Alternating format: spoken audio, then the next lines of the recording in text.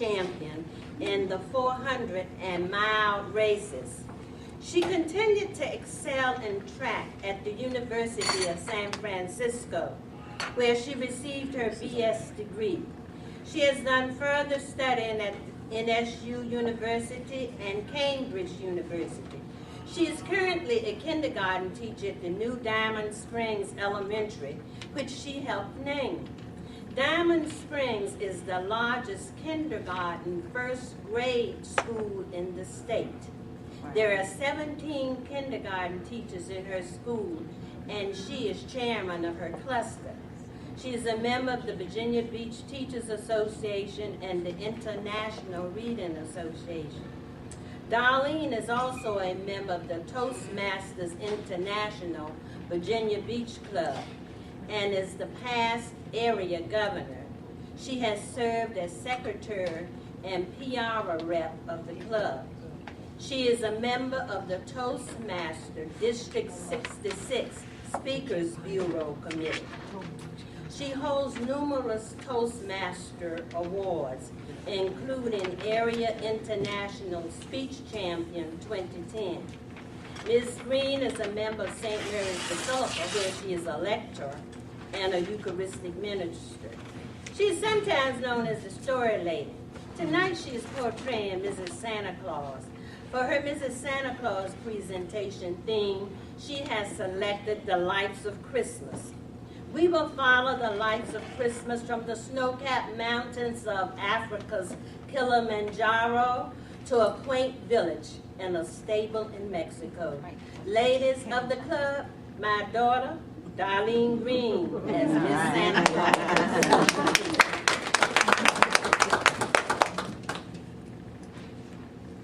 Good evening, ladies of the Women's Club of Norfolk.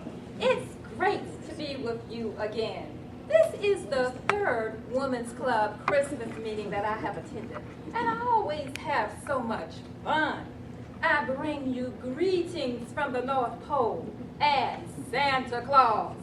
He is so very proud of all of the wonderful work that you are doing with the children and the community. Let's start the evening with the grand illumination of the Women's Club. Hostesses, please pass out the lights and the song sheets.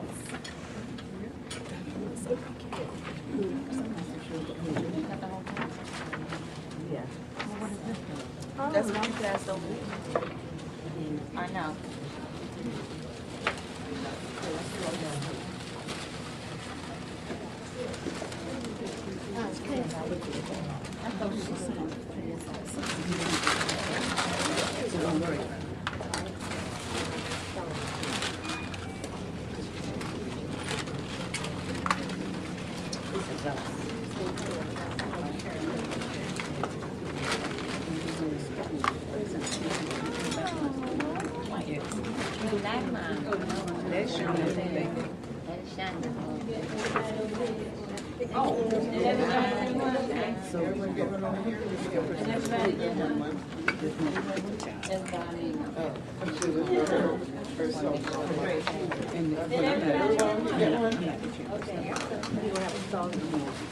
Okay, I have one. You're good. Thank you.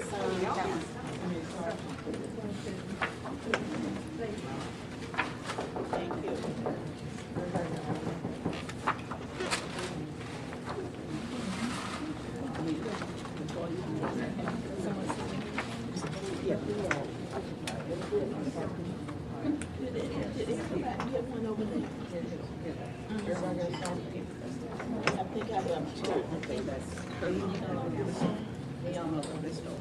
On the count of 3, flick your light on for the Women's Club grand illumination.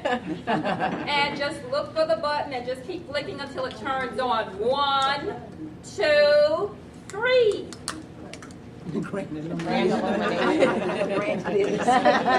know how grand it is. The lights of Christmas.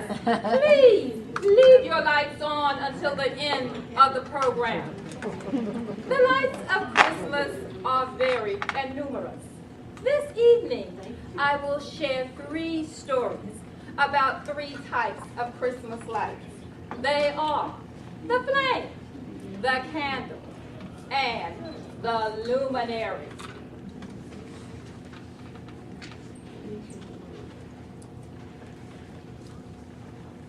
The first story, The Light of Christmas, by Richard Paul Evans, will remind us of the beauty and true meaning of Christmas. High in the mountains in Africa, where the clouds lie on the ground like great cotton balls, is the Christmas town of Noel.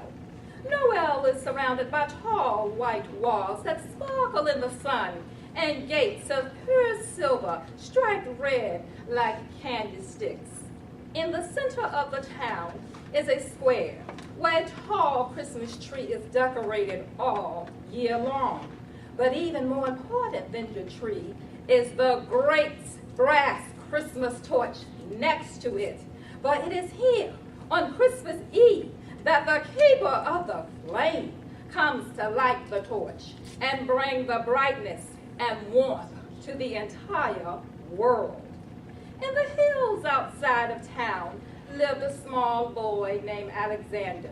Every Christmas Eve, Alexander and his mother walked many miles to the town square to see the lighting of the torch. But the last few years, Alexander had gone alone because the long walk was too difficult for his mother. A few weeks before Christmas, it was announced that the keeper of the flame will choose someone new to light the flame, and he will choose whoever gives the truest gift. Then Alexander said, "I wish I had something special to give." His mother hugged him and said, "You are such a good boy, and I am very proud of you." Early on the morning of Christmas Eve, Alexander prepared for his trip to the town square. His mother put a chunk of cheese and a jar of hot cider in his pack. Then she bundled him up in an extra cloak as it was snowing outside. Remember, after the lighting of the flame, it will be late, so you must spend the night at the church. I will see you tomorrow. Alexander kissed his mother goodbye, then started on the long journey to Noel.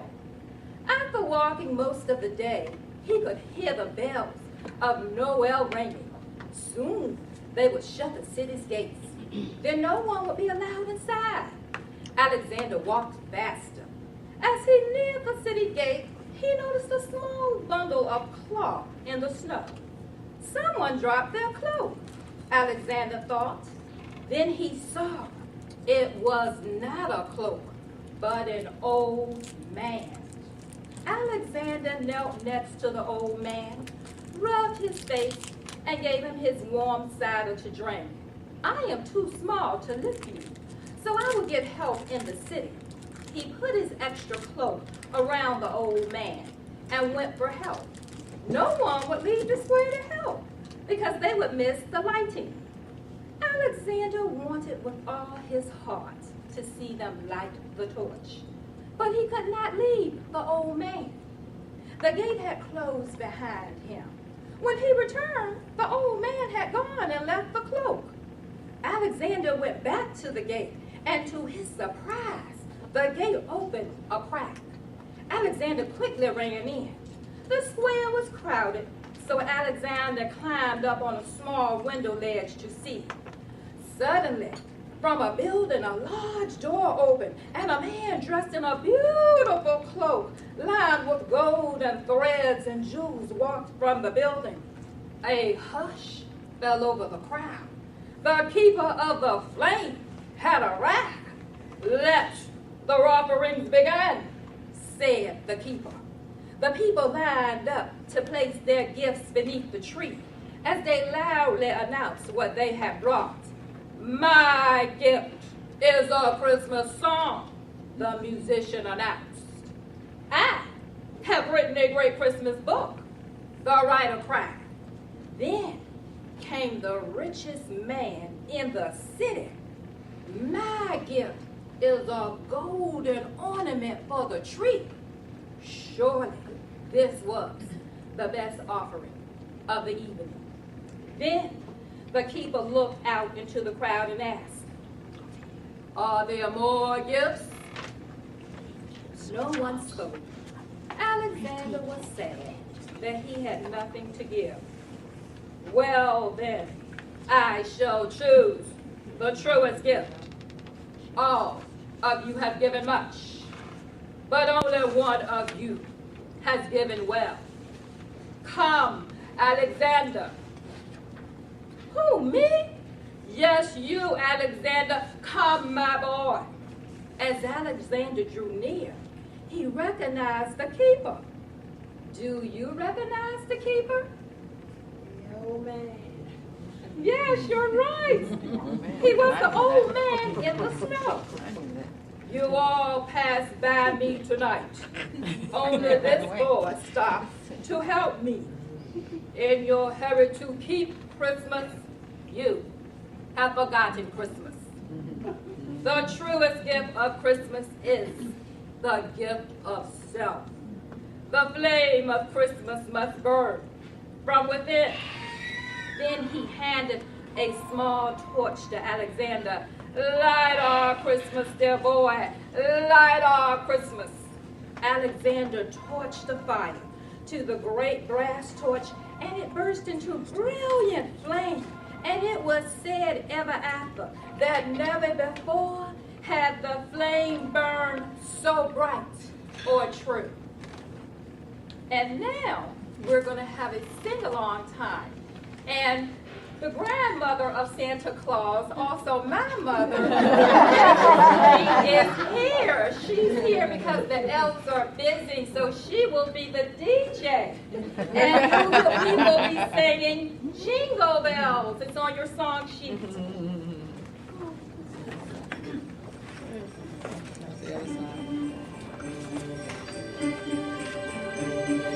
Jingle bells, jingle all the way. Oh, what fun it is to ride in a one-horse open sleigh. Hey, jingle bells, jingle all the way. Oh, what fun it is to ride in a one-horse open sleigh. Dashing through the snow in a one-horse open sleigh. O'er the fields we go, laughing all the way. Bells jump, bobtail ring, making spirits bright. What fun it is to ride and sing a sleighing song tonight. Oh, jingle bells, jingle all the way. Oh, what fun it is to ride in a one-horse open sleigh. Hey, jingle bells, jingle all the way. Oh, what fun it is to ride in a one-horse open sleigh. Whoa, what a ride in that sleigh. Did your hands get cold? Well, let's warm up with this story about a candle. The Christmas Candle, also by Richard Evans, will help us see things as they really are. On a snowy Christmas Eve, a young man made his way along a dark, deserted cobblestone street. His name was Thomas, and he was wrapped in a woolen cloak, a knapsack flung across his back. In his hand hung a tin candle lantern. Behind the lantern's glass pane sat the remains of a spent candle. When he saw the glow of candlelight through the shop window of the chandler, the village candle maker, he hurried his steps, turning onto the snow-covered pathway. The old chandler stood with his sculptor's tools in his hands, surrounded by the beautiful creations he had made out of wax. "I am lucky to find you here," Thomas said. "The town is empty." The old man gazed silently at Thomas as the young man glanced about at the rows of sculpted candles. "You are foolish, old man," Thomas said. "You spend hours making beautiful things that devour themselves." He pointed to a row of simpler candles. "I only need light. I will take one of those." The chandler looked steadily at Thomas. The Christmas candles are no good to you. Thomas was startled by the stern response, but he laughed. It would do me much good not to stumble in the dark. Are you playing me, old man? I will not pay more for your candle than it is worth. It is only 4 coppers, but you may find it costly. The old man's words were strangely serious. I have money. Give me the candle, Thomas shouted. It is late, and my family is waiting for me. I need illumination to find my way. Then it is illumination you desire, the chandler asked softly. That is what I need, Thomas replied. The candle maker nodded slowly. So you do. He took a candle, dipped it over a flame, then placed it inside the lantern's tin frame. Thomas dropped some coins on the counter and walked to the door. The old man's lips pursed in an odd, amused smile. Merry Christmas, my brother, he said. Thomas had traveled only a short distance when a shadow emerged from an alleyway. A robber, he thought fearfully. He held out his lantern. Who's there? He called. Then, in the light of the candle, he saw it was only a frail woman huddled against the cold. Sir, cried the woman, a pence, please. Then, as he looked at her more closely, he gasped. He knew the face well. It was his own mother. Mother, what is this prank? Why do you greet me as a beggar? The woman stared at him.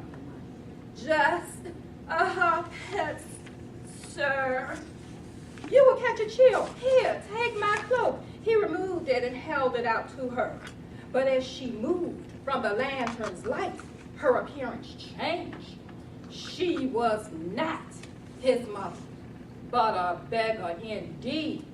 With Thomas's cloak in hand, she disappeared into the darkness. A strange trick, he said to himself. It is I who will catch a chill. As he passed beneath the awning of the darkened inn, the candle revealed another form lying in the gutter. He held out the candle and again gasped. Has the universe gone mad?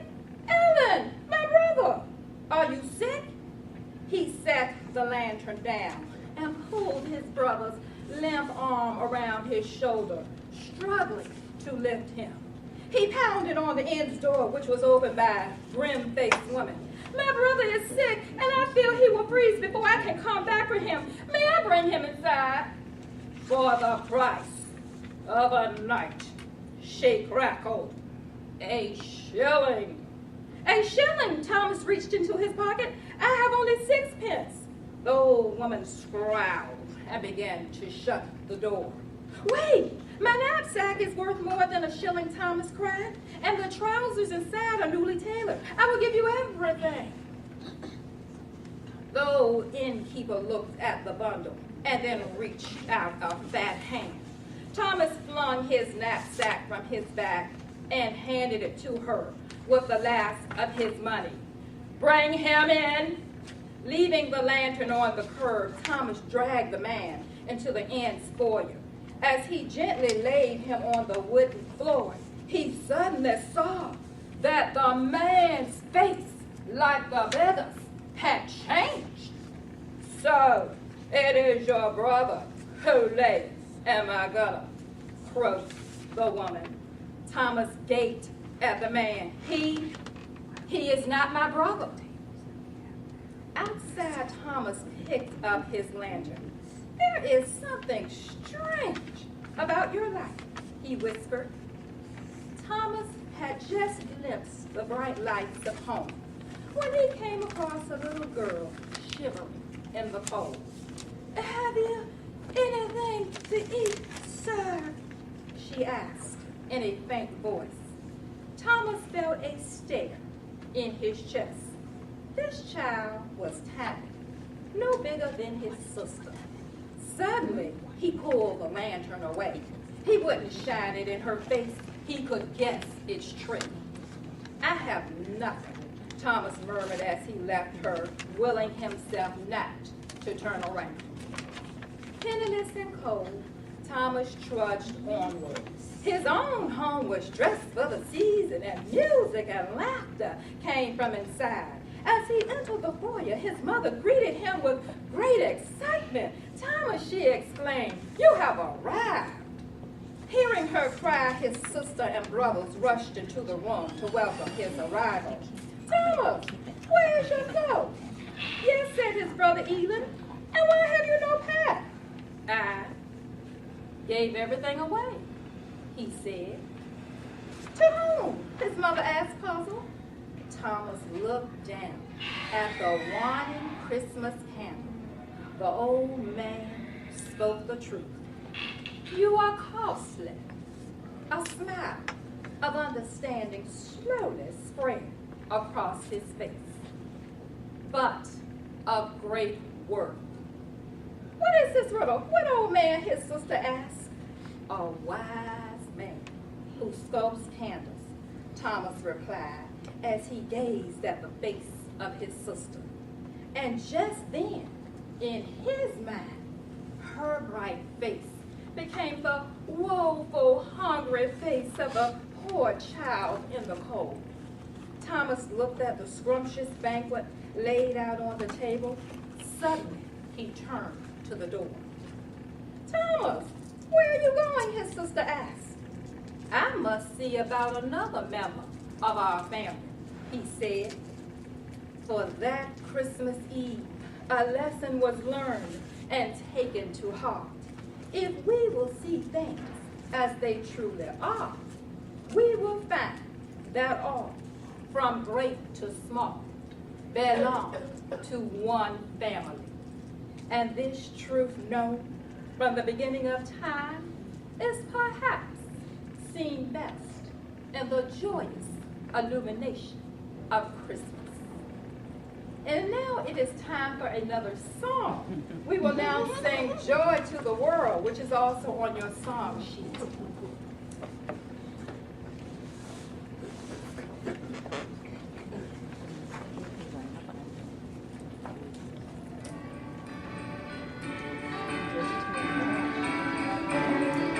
Joy to the world, the Lord has come.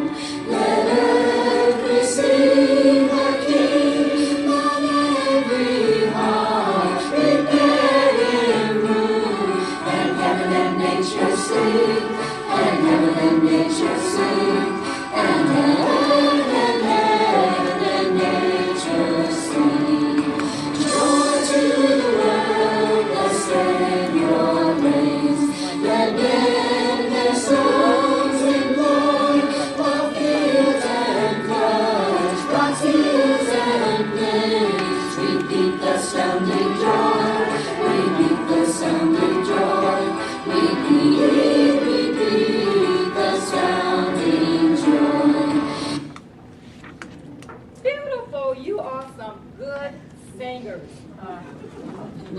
The last story about Christmas lights is entitled "The Christmas Pack," a legend of luminaries. Author Sue Wilson tells a beautiful story about the birth of Jesus.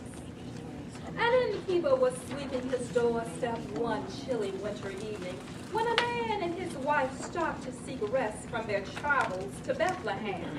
The innkeeper smiled but shook his head. "I'm sorry, there is no room at the inn." As the couple turned to leave, the innkeeper was touched by the weary expression on the woman's face.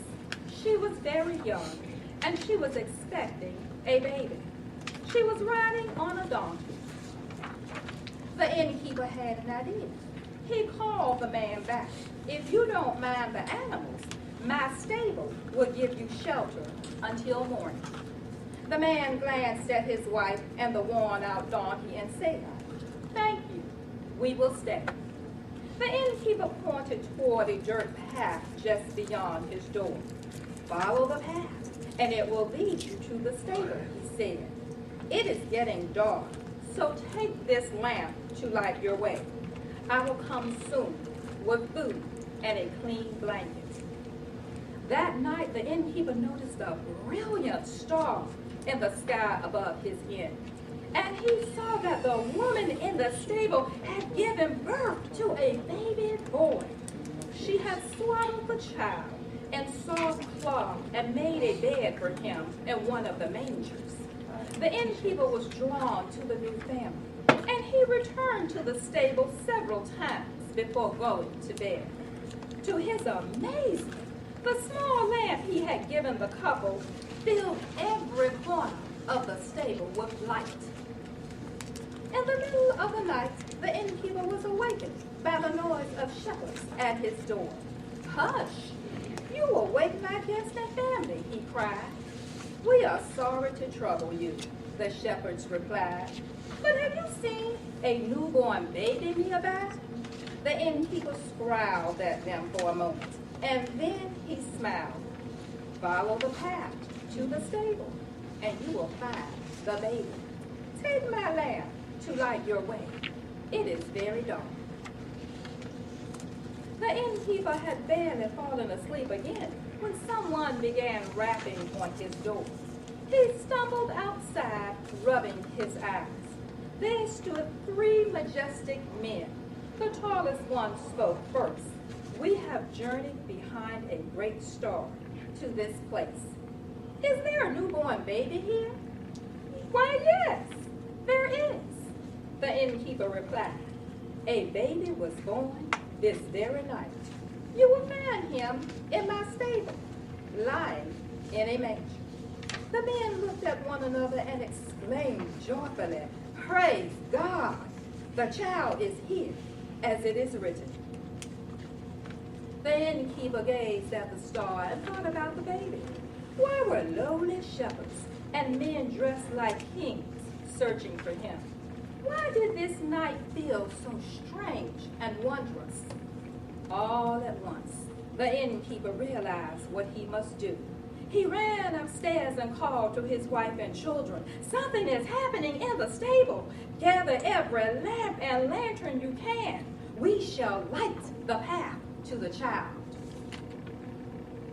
Quickly, the innkeeper's family carried the lamps and lanterns outside and placed them along the path to the stable.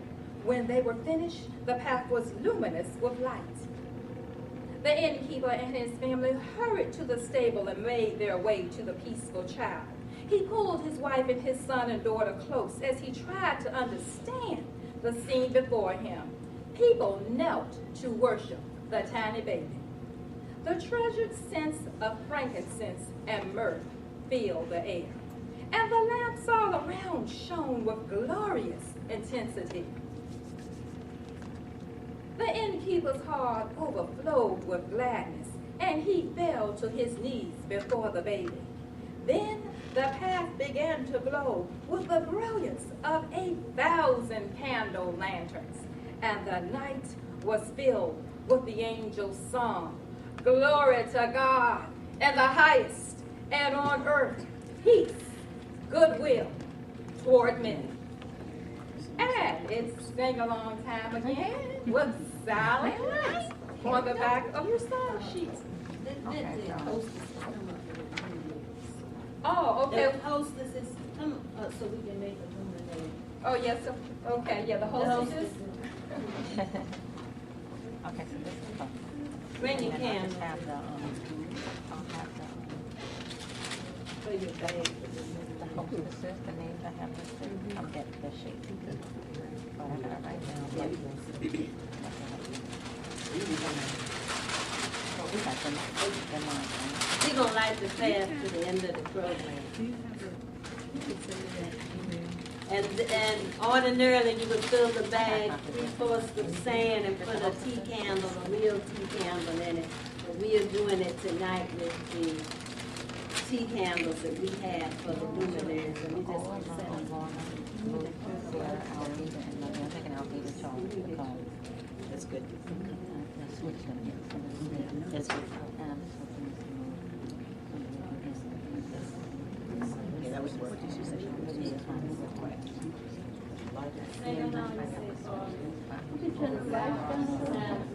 Will that work? This one work? I don't think so. I say no.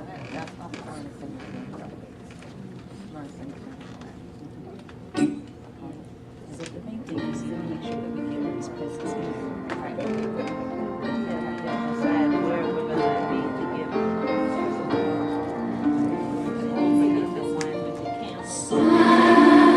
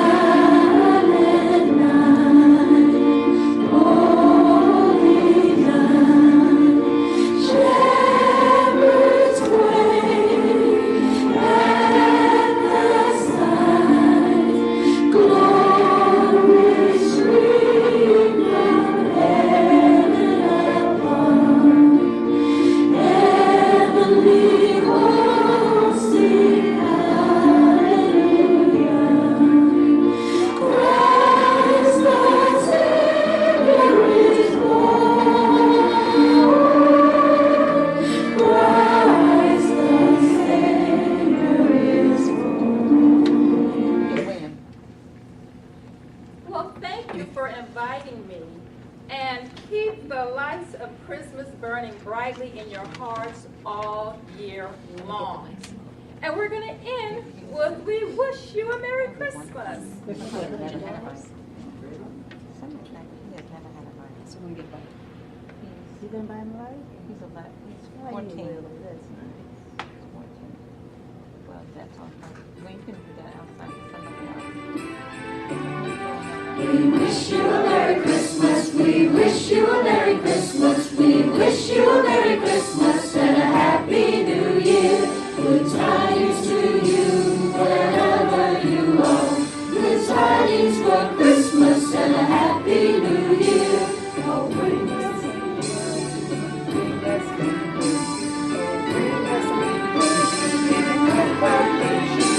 Oh, bring us some piggy pudding, oh bring us some piggy pudding, oh bring us some piggy pudding and a cup of good cheer.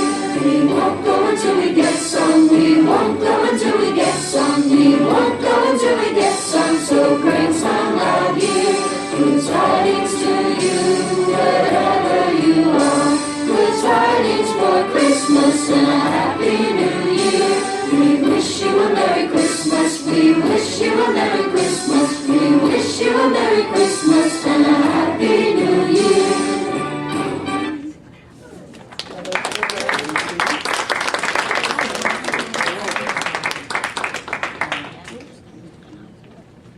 You may keep your candles as a favor from the hostesses, but we will be collecting the song sheets. We will not be meeting in January, and our next meeting will be, someone has a calendar out to show me the first date there in February, please. Our first date. Excuse me? The first Wednesday in February. I don't have a calendar with me. I wasn't prepared to do that, but I can Okay, find out for you. Okay. I think it's February 5th, if I I'm thought so, mistaken, too. but I have to go look it up. It's the At this 6th. moment, February 6th, 2013. February 6th, Yeah. 2013 is our next Okay. meeting. But before we do anything else, I want us to take a moment. This is not gonna be a meeting now. It's gonna be a meeting now. I just told you. I'll bring it in.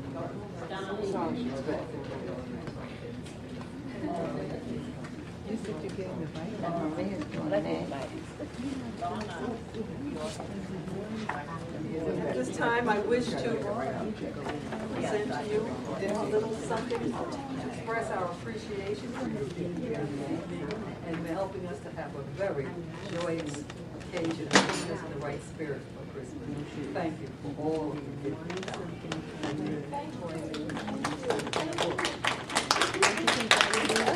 Chairman and Carrie.